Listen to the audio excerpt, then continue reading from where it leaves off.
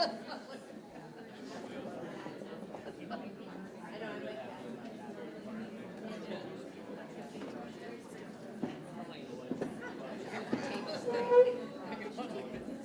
afternoon, everyone. Let's try that one more time. Good afternoon, everyone. It's a great day to be at Lake Region State College today, let me tell you. Exciting day. We've got to start off with some awards for some faculty and staff that have been doing some special things for us this year. And to start with, we're going to do the Excellence in Education Award. And we have Jan Kurtz, the Community College Foundation president, here to present that award.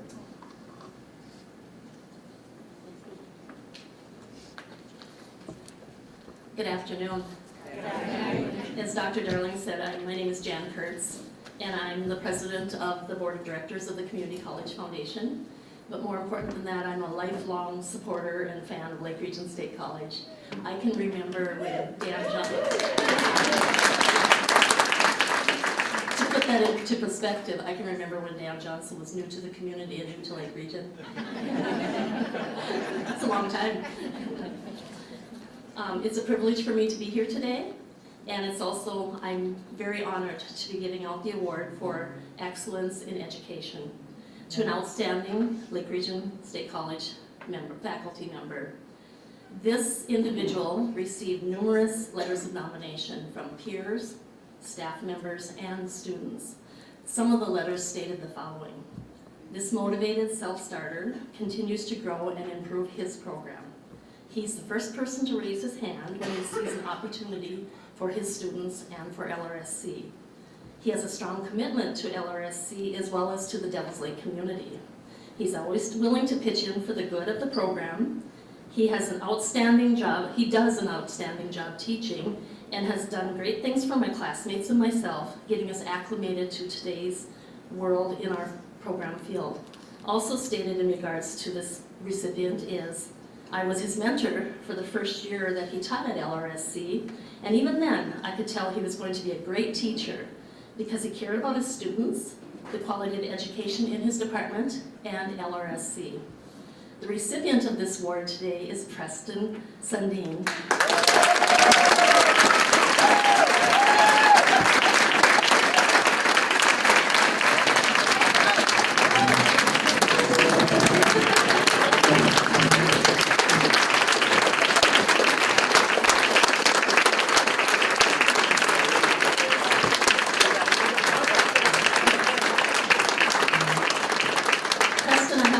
To say, but have a chair.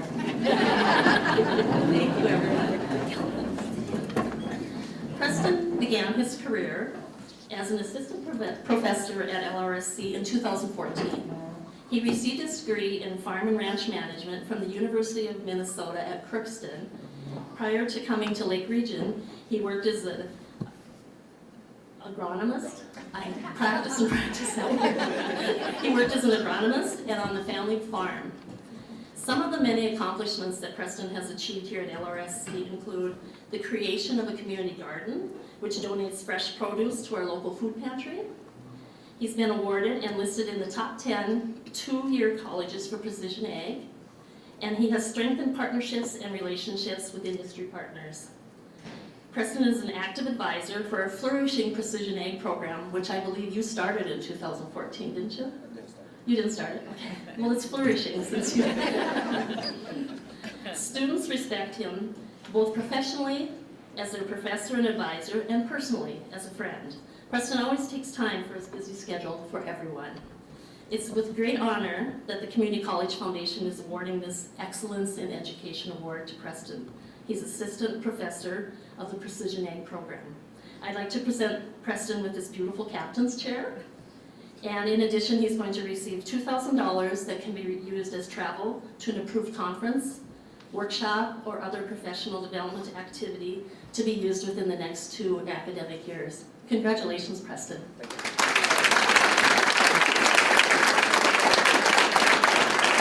Back down in the chair for a picture. Down and duck, yep. Nope, sit down in it, and then we'll have one with you standing behind it too. And then I'll have one with you standing behind it. So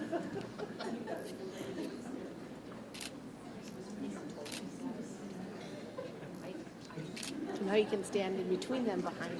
How's that? There you go.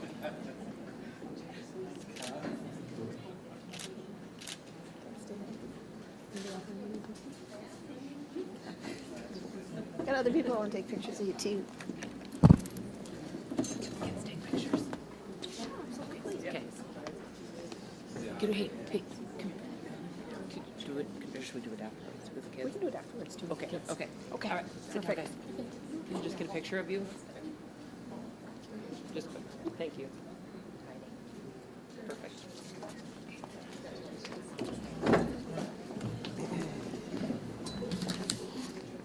Congratulations, Preston, well deserved.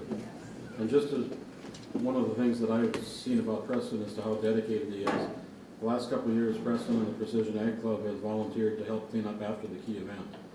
And they're bright and early the morning after that long party, cleaning up sometimes a yucky mess with the beverages and things like that that get spilled all over, but they're there with a smile on their face and hauling tables and hauling garbage and just doing what needs to be done and getting it done. So just one example of the many things that Preston and that group have done and have been a great asset to our campus and our community. We get a lot of recognition from the activities that Preston and the students do, and in particular with the community garden and having the Hope Center. So Preston, thank you, and keep up the good work. And as we'll hear later, Preston's got his work cut out for him here coming up. So, and with that, now we've got the Student Senate President Vanessa Ball has an award from the Student Senate for the Staff Person of the Year. So Vanessa, would you like to come up and present the Student Senate Award, please?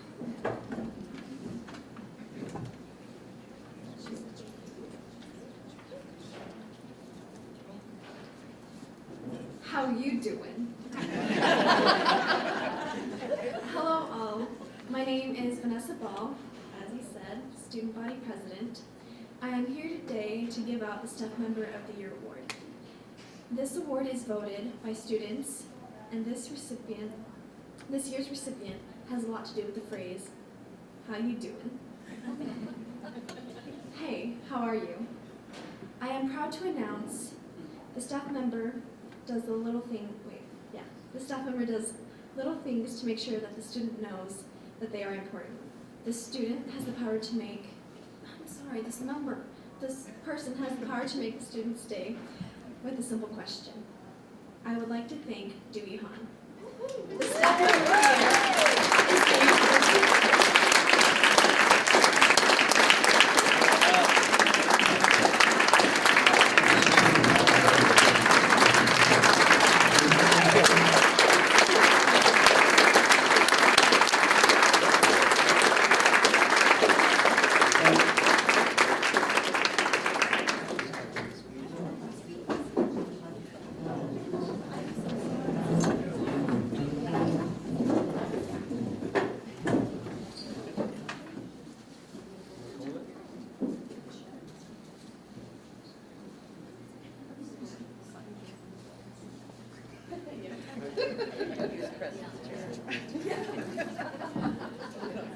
They're herding me up here. Yep.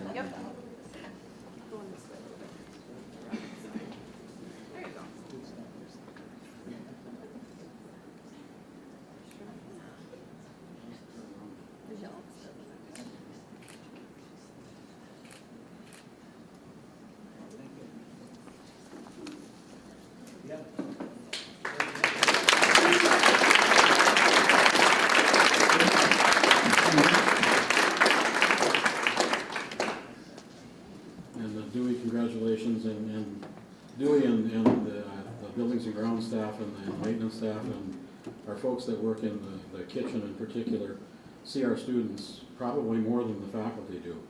I mean, they're seeing them morning, noon, and night, and every day, 7 days a week. So they've got a huge impact on helping us retain and keep our students. So Dewey, thank you for helping with that and all the good work that you do here at Lake Region State College. It's greatly appreciated. And I know the students appreciate it, hence your award.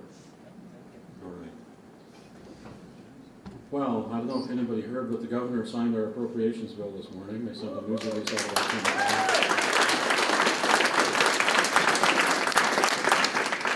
And it is kind of a woo-hoo. They not only signed it, but the legislators treated us very well this session. So I'll go through just a couple of the highlights. We don't have all the details yet because it was just signed this morning. So I do know that the full bill is out there and updated with the last amendments they put on in conference committee, so you should be able to take a look at the details if you want to do that. I know we have a few people that like that, so it should be available on the legislative website. But to start with, if you remember, the governor was looking at like a 5 to 13% cut that he wanted higher ed to take. The first thing they did was restore that and gave us a needs-based budget. So basically, we got the same budget this biennium that we did last biennium, except for they added salary increases, 2% and 2.5%.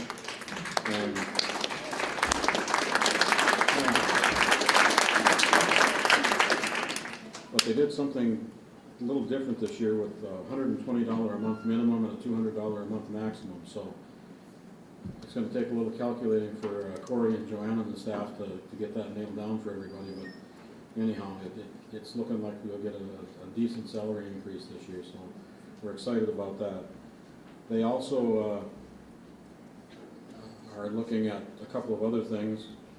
We got approved to put up a $3 million precision ag building.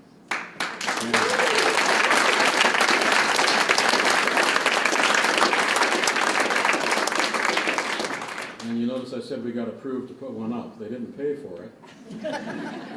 They did put $1 million in for us in cash, and we have permission to raise the rest of the money, and they put some dollars in there that we can provide match if we can get some donors and some industry folks to match. So there's $500,000 in there that we have to do a 2-for-1 match on. So if you're doing the math, if we get $1 million, we get that $500,000 plus the other $1 million, we're at $2.5 million. So that leaves us about $500,000 left, and there's another $177,000 and change that we can get at a 1-to-1 match, and the rest of it we've got to find.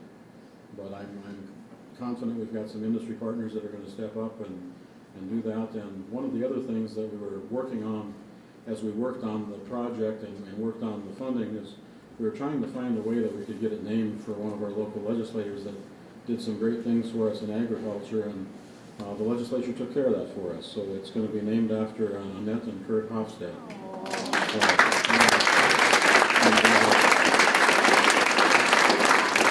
We're very excited about that, and Kurt was extremely well respected in Bismarck as a legislator. He was on a couple of the most difficult committees that they had down there, Human Services and some, I can't think what the other one is off the top of my head, but there was no objection by the legislators when Representative Martinson introduced the amendment to have that building named after Kurt and Annette. So we'll be working the next few months to try to get the last details done in terms of getting design and engineering and how it connects to the campus and all that, and trying to raise money as fast as we can, because ideally we'd like to be in there next summer.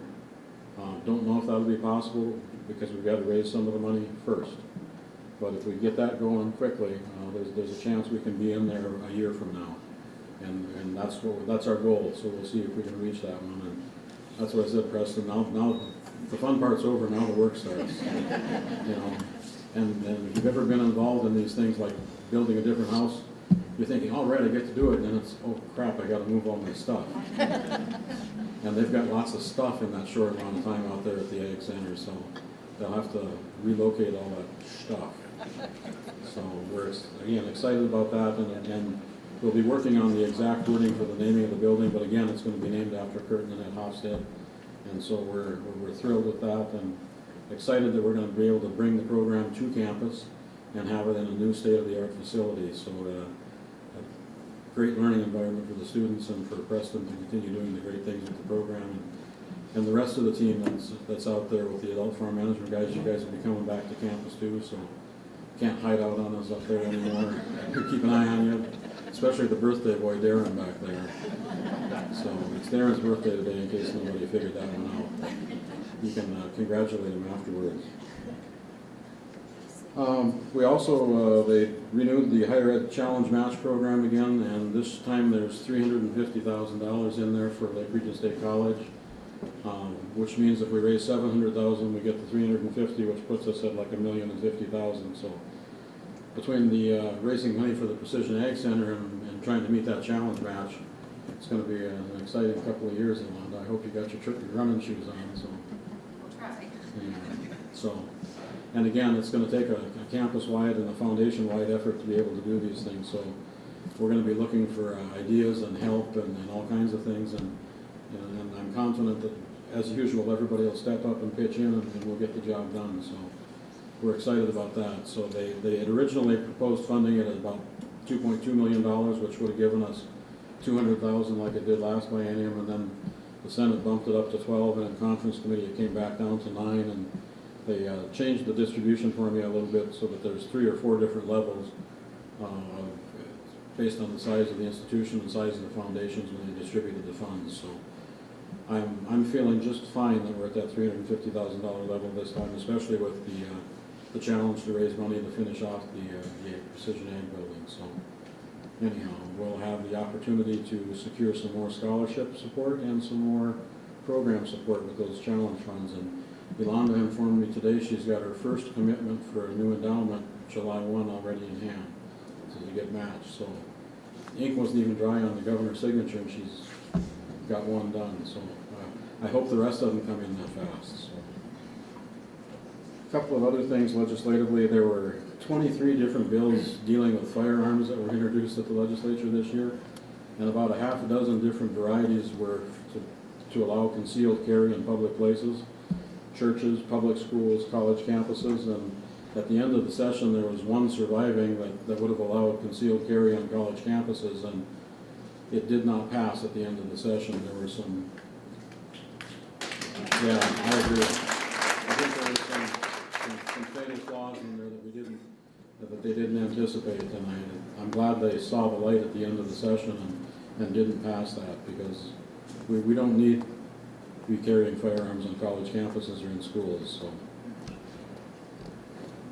one of the other ones that I think some of our faculty and students will be interested in is they passed a bill requiring that the Board of Higher Ed and the institutions have a policy in place protecting freedom of speech for students, faculty, and staff, and the public on campuses. It's already a constitutional right, but they just wanted us to have it in policy.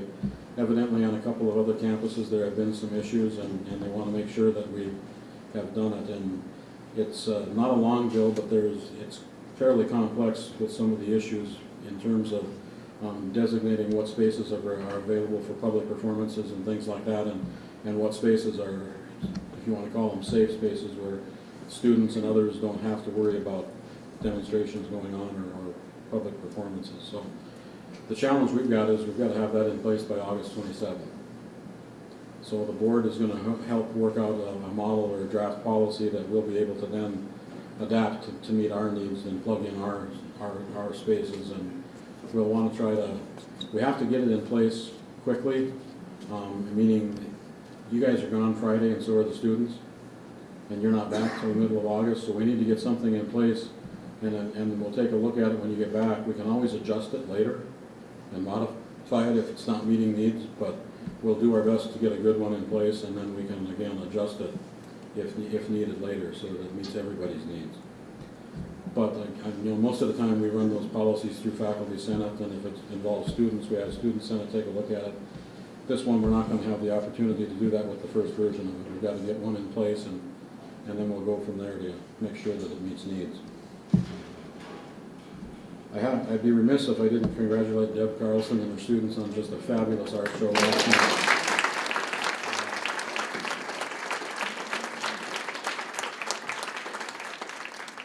We've got some incredibly talented students, and that art just literally blew me away when I walked in and looked at it. And we've got a couple of people here that we had no clue they were artists, right, Vanessa? Yeah. And just did a fantastic job, and what a faculty person it takes to bring that out in our students. And Deb just does a fabulous job with that, and we could definitely see it in the pottery and in the drawings, and and the things there, and the few pieces that were for sale seemed like they were flying off the shelves last night, so.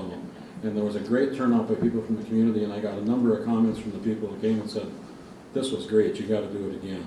And like Deb said, this was phase one, and she's looking at bigger and better as we move forward, so we're excited about that. And Deb, thank you for bringing that to our campus and the community.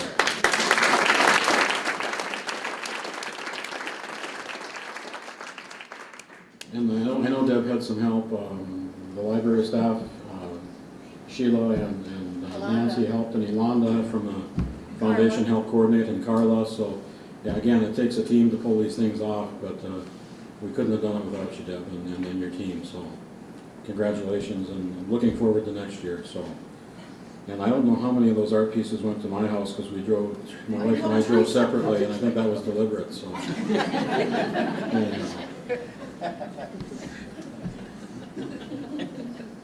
We're also going to be working on some projects over the summer to try to continue to make this place look great and provide a quality learning environment. And I mean, if you look at what we've gotten done in the last year in terms of the renovation of the windows around the courtyard and the landscaping in the courtyard and the start in the business wing and the start on the painting on the outside, and it's looking good, but we're not done yet. You know, one of the things they're going to do is we redid Heritage Hall.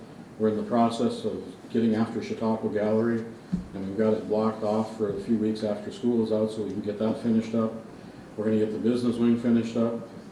Chad and his crew assure me that we're going to get that one rocking and rolling, so we needed to wait till classes were done to finish that up so we weren't kicking faculty and students out of their classrooms. But we're going to get those done. Yolanda's going to get some more landscaping and planting done in the courtyard, and she's looking at some things with an educational twist, so we'll learn some things about plants and the zones they grow in and things like that. So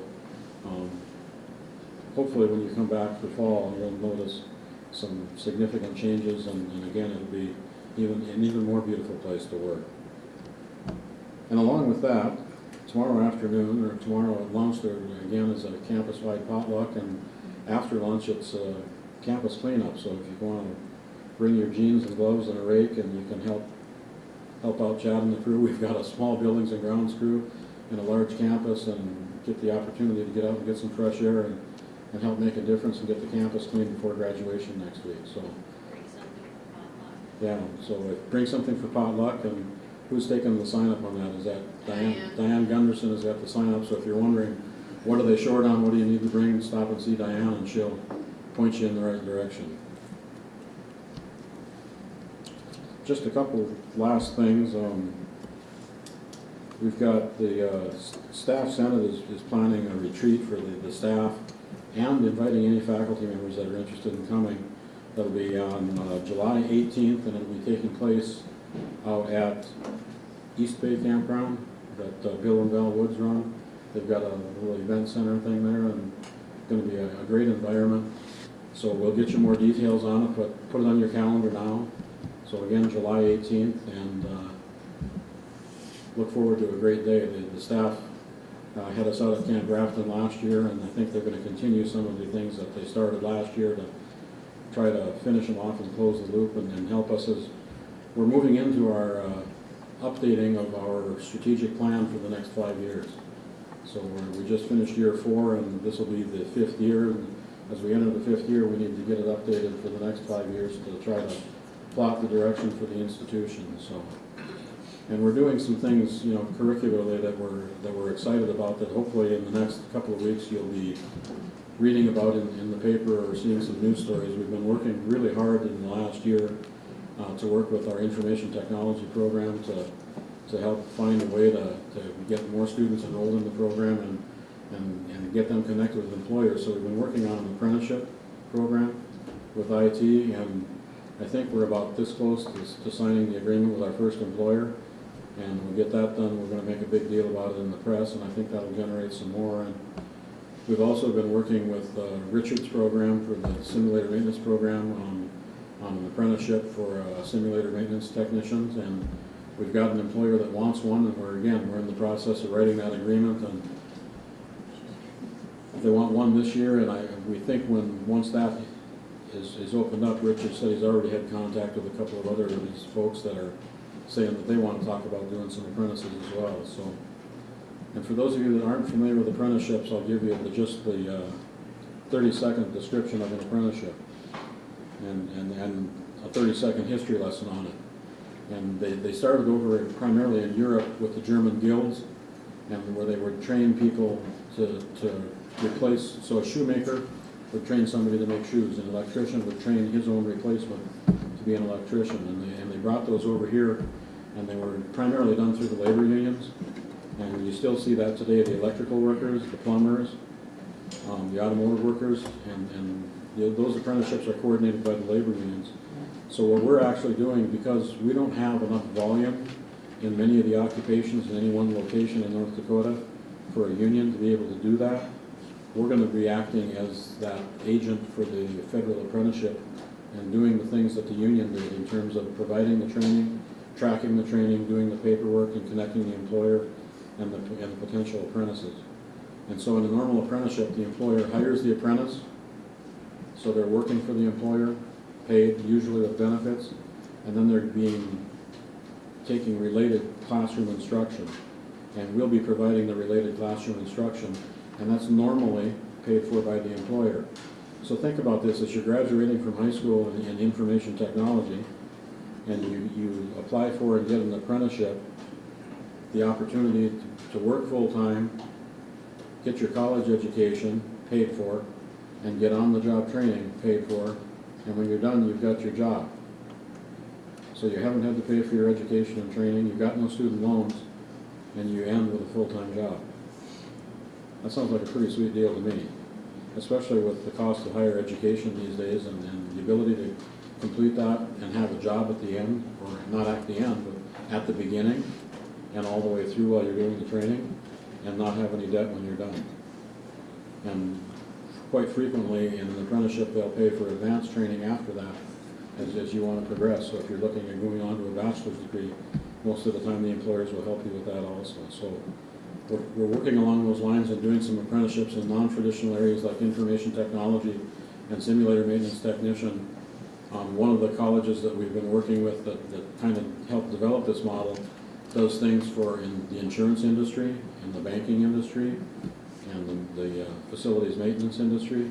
So there are a lot of things that we can be looking at with our programs. Even the retail marketing industry, Cindy Brown, they have some of these apprentices. So there's some opportunities there that we'll be looking at. So if you see something in the paper, you'll understand where it came from now. And again, it's going to allow us to hopefully fill up the seats in the classes in our programs, and as well as allow us to deliver some of these things online, because some of the hands-on things that they would have had to come for campus for, they'll get hands-on training at the work site. So it's kind of the best of both worlds. So we're excited about those kinds of opportunities, and we'll be looking at other ways that we can do some things, but those are the kinds of things we need to plan for in our strategic plan. What other programs do we need to be looking at? What are the kinds of things that we need to be looking at to make the place successful over the next 5 years? So I'm excited that Staff Senate is going to lead the retreat and try to help us get started on that planning process.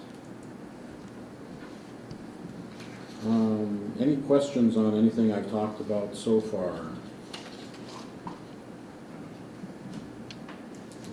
That's surprising.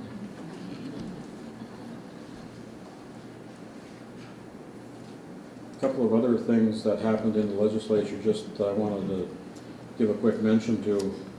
House Bill 1171 provides some dollars from the Bank of North Dakota for skilled workforce loan repayment. So in some skilled occupations, and they haven't defined what those are going to be yet, they're working on that. And they've also got some $3 million for scholarships for highly skilled jobs that are in high demand. And when they define those, that'll allow you opportunities, I think, for some of our CTE programs for students to get a scholarship and or loan repayment. So there's going to be some funding there to help enroll students in your programs. They'll also increase the National Guard tuition waiver from 25 to 35%. So hopefully we can provide more services to our National Guard folks. So a couple of other highlights. So like I said, it was for higher education, it was one of the best legislative sessions we've seen in a number of years. So we're excited about that and excited about the opportunities it provides, and really excited to work on getting the precision ag and adult farm management programs back here to campus and in a brand new facility, so. Katie? In addition to the two programs that will provide loan repayment and scholarships, our state incentive grant has gone up from $1,950 a year to $2,200 a year. So, and we're working on that right now, letting our students know. So we did see a nice increase there. Plus they increased the base and what's going to be available in that state grant program for the biennium. And they've not done a lot of that increasing in the state grant program over the years. It's only increased a couple of times to my memory, Katie. Yeah, Doreen and I were talking about when it was $500, so the $2,200 is a nice amount. Great. Anything else? Well, with that, I don't have anything else, so. We have a save the date with June 26th, it's a Wednesday. Just found out today, that's the day when the campus core technology service teacher. Our plan comes to Lake Region to do training on the new version, upgrade of Campus Connection. So So- anybody who uses Campus Connection for advising or any of that stuff, that morning will be the opportunity to get training.